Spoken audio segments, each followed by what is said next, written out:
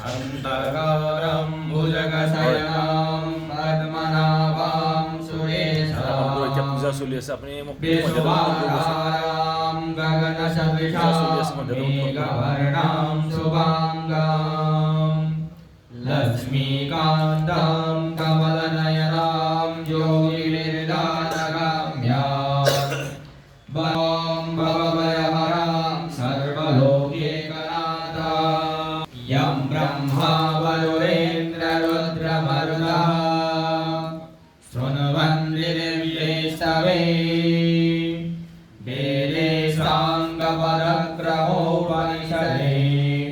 गायन्ति यं सामगाः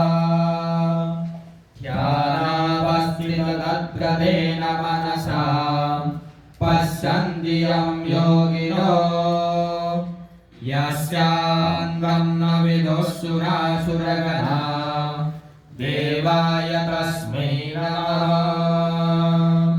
देवाय तस्मै नमः। ॐ श्रीपरमात्मने नमः।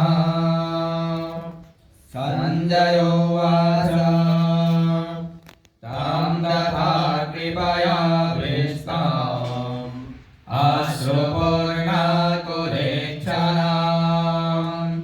विषीदन्तमिदं वाक्यं मोवाचमधुसूदनः। श्रीभगवानुवाच कुतस्त्वाकस्मलमिदं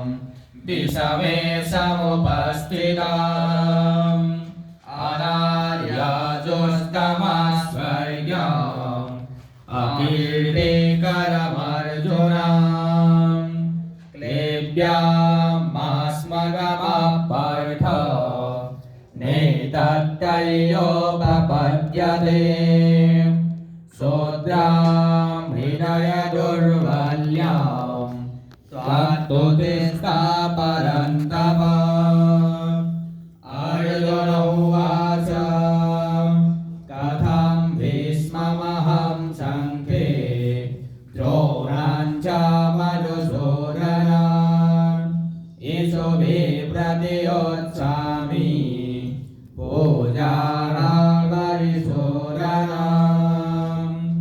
गुरुर्नः त्वा हि महानुभावान् श्रेयो भोक्तुं भिक्षमपीह लोके हत्वार्थकामां सुगुणोर्निहेव भोगान् दुरिराप्रवेद्यान् नासेदभिर्माकटरान्नकरियो यद्वा जयेम यदि वा नो जयेयुः यादेव हत्वा न जिजीविषाम सेवस्थिता प्रमुखे धर्तराष्ट्रः कर्तन्यदोषोपहतः स्वभावः तिष्ठामि त्वां धर्मसमोरसेतः याचेयसन्निश्रितां ब्रूहि तन्मे शिष्यास्तेऽहं सानिमां तं प्रपन्नाम् न हि प्रपश्यामि ममात्मनोऽद्यात् यच्चोगमोच्चोषणमिन्द्रियाणाम् अवाप्य भोमावसपत्नमृत्याम् राज्यां सुराणामभिषाधिपत्याम्। संजय उवाच एवमुक्त्वा ऋषिकेशं दुराकेशा परन्तप न युच्च इति गोविन्द मुक्ता तुष्णिर्बभूवः।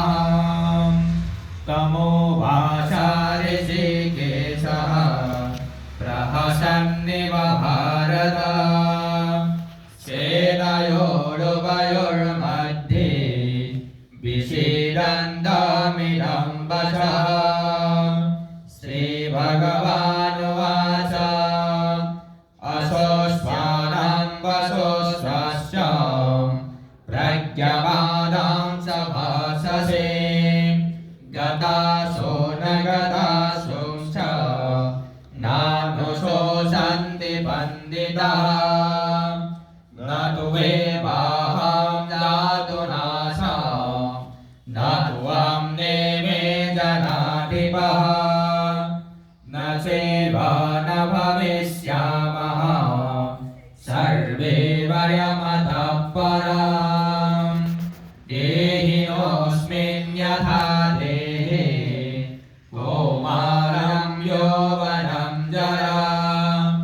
तथा देहान्तरप्राप्ति धीरस्तत्र न मुह्यते मात्रा स्पर्शस्तु कौन्तेय शीतोष्णसुखदुःखदा आगमापायिनो नित्यं संस्थितिस्तस्य भारत यं हि न व्यथयन्ते ते पुरुषं पुरुषर्षवा समादुःखसुखं धीरं सोऽमृतत्वाय कल्पते नासतो विद्यते भावो नाभावो विद्यते सतः उभयोरपि दृष्टन्तः सदयोस्त्वत्तदर्शभिः अविनाशेतु तद्विद्धि येन सर्वमिदं तदा विनाशामव्ययस्य न कश्चित् कर्तुमर्हति अन्तवन्त इमे देहा नित्यसुप्ता शरीरिणः अनाशिनो प्रमेयस्य तस्माद्युद्धस्य भारत य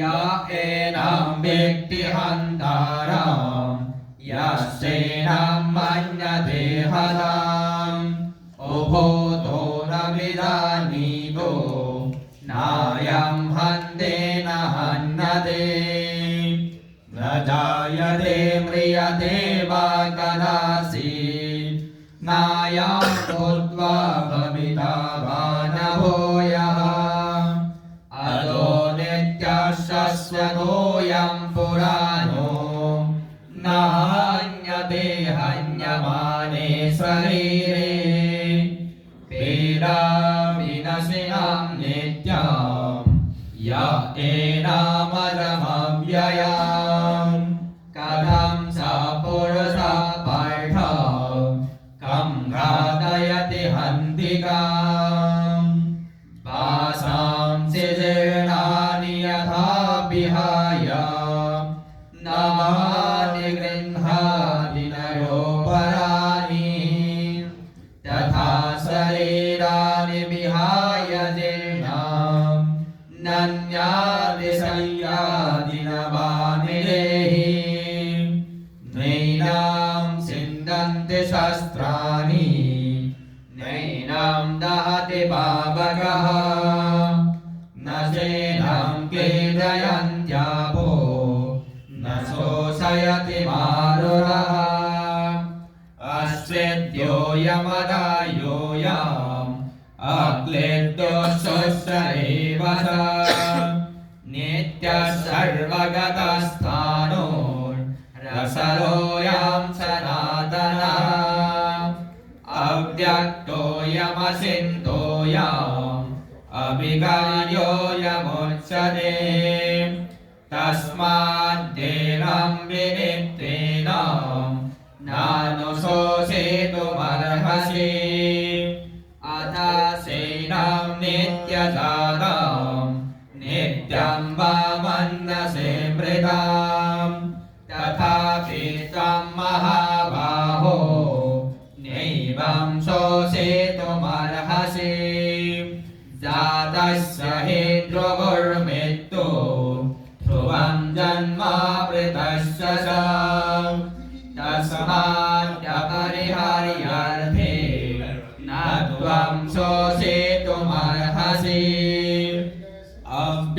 यानि भूतानि व्यक्तमध्यानि भारत अव्यक्तानि रयन्नैव तत्र का परिदेवना आचार्यवत् पश्यति आचार्यवत् जीवसन्यः आचार्यवच्चैन्यमन्नः शृणोति श्रुत्वाप्येनं वेद न सेवकश्चित् देहे नित्यमवाप्तोऽयं देहे सर्वस्य भारत तस्मात् सर्वाणि भूतानि न त्वं शोषयितुमर्हसि सधर्ममपि सापेक्ष न विकम्पेतुमर्हसि धर्माद्धियुद्धस्य युन्न क्षत्रियस्य न विद्यते यद्वश्चया सोपपन्ना सर्गद्वारामवृताम् सुखिना क्षत्रिया पार्थ लभन्ते योद्धमित्रिशाम् अथ सेतामिमं धर्म्यं सङ्ग्रामं न करिष्यसि ततः स्वधर्मं कीर्तिं च हित्वा पापमवाप्स्यसि अकेति भूतानि कथयिष्यन्ति दिव्ययाम् सम्भावितस्य चाकीर्ति मरणादपि रोचते हयाद्रुराद्रुपरतां मां सन्ते त्वामहारथः येषां सर्वं बहुमतो भूत्वा यस्य शिलागवान् अवास्यवादां स बहून् वदिष्यन्ते तवाहितः निन्दन्तस्तव सामर्थ्यं ततो दुःखातरं नु किम् हतो वा प्रच्छसि स्वर्गं जिह्वा वा वक्षसि महीम् तस्मादुत्तिष्ठ कौन्तेय युद्धाय कृतनिश्चयः सुखदुःखे समे कृत्वा लाभलाभो जयाजयो ततो युद्धाय युद्धस्य नैवं पापमवक्ष्यसि एषा ते वेदा सङ्खे बुद्धिर्योगेति मां शृणु बुद्धायुक्तो यया पार्थ कर्मबन्धप्रहस्यसि नेहाभिक्रमनाशोऽस्ति प्रत्यवायो न विद्यते स्वल्पमप्सस्य धर्मस्य त्रायते महतो भयात् व्यवसायात्मिका बुद्धिः रेगेह कुरु नन्दन बहो शाखायनन्दश्च बुद्धयो व्यवसायिनाम् यामिमां पुष्पितं वासां प्रवदन्त विपश्चितः वेदवादरता पार्थ नन्यदस्तीति वादिनः कामात्मानः सर्गपर जन्मकर्मफलप्रदां क्रियाविशेषबहुलां भोगेश्वर्यगतिं प्रति भोगेश्वर्यप्रसक्तानां तया प्रयुतचेतसां व्यवसायात्मिका बुद्धिः समादो न विलीयते त्रैगुण्या विषया भेदा निष्ठैगुण्यो ववर्जुन निर्रन्धो नित्यसत्त्वस्थो निर्योगक्षेम आत्मवान् यावनर्थ उदापाने सर्वतः सम्पतोदके तावान् विजानतः कर्मण्येवाधिकारस्ते मा फलेषु कदाचन कर्मफलहेतुर्भो मा ते सङ्गोऽस्तकर्मणि योगस्थः कुरु कर्माणि सङ्गं त्यक्त्वा धनञ्जय सिद्धासिद्धौ समो भूत्वा समस्तं योग उच्यते दूरेणाव्याहरं कर्म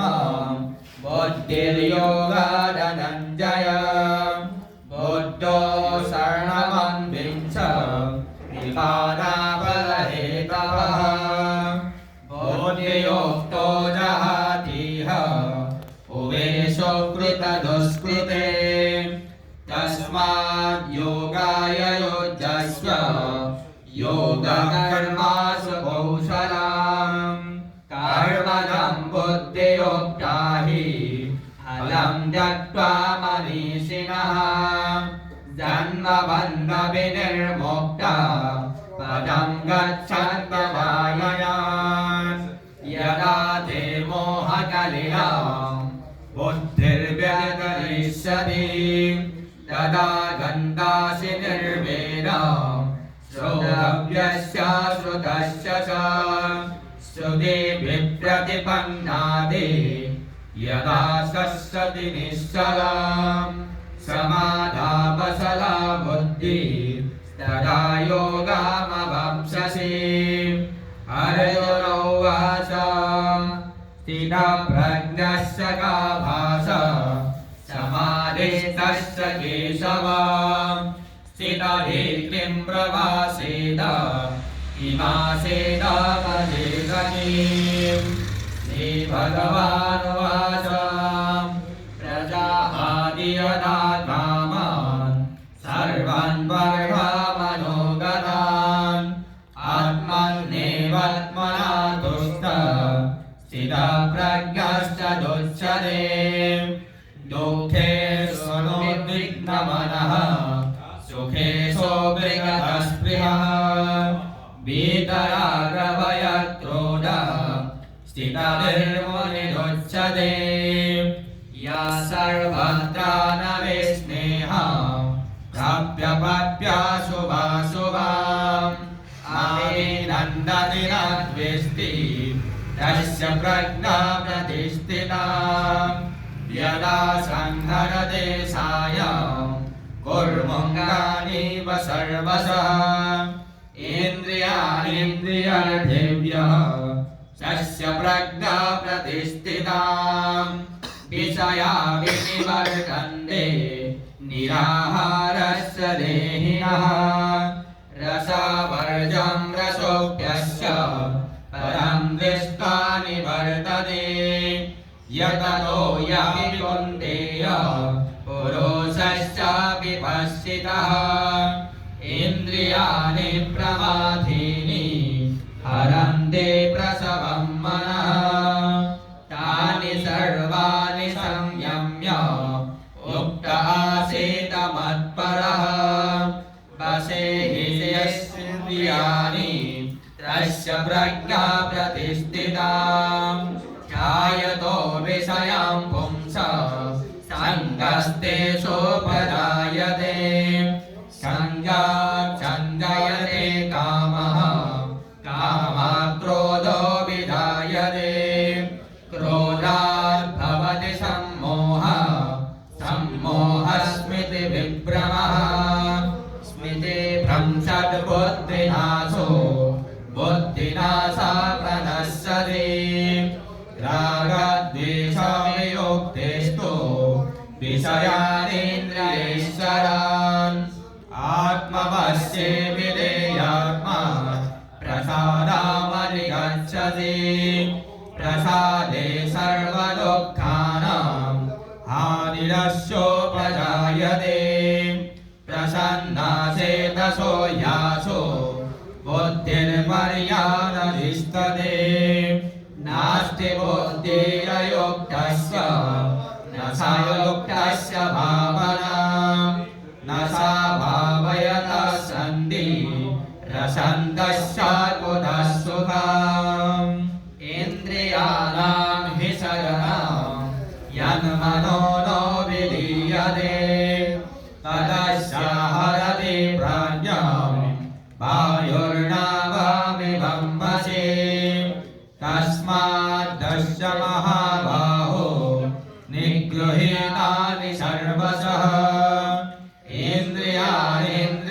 पृथिव्यः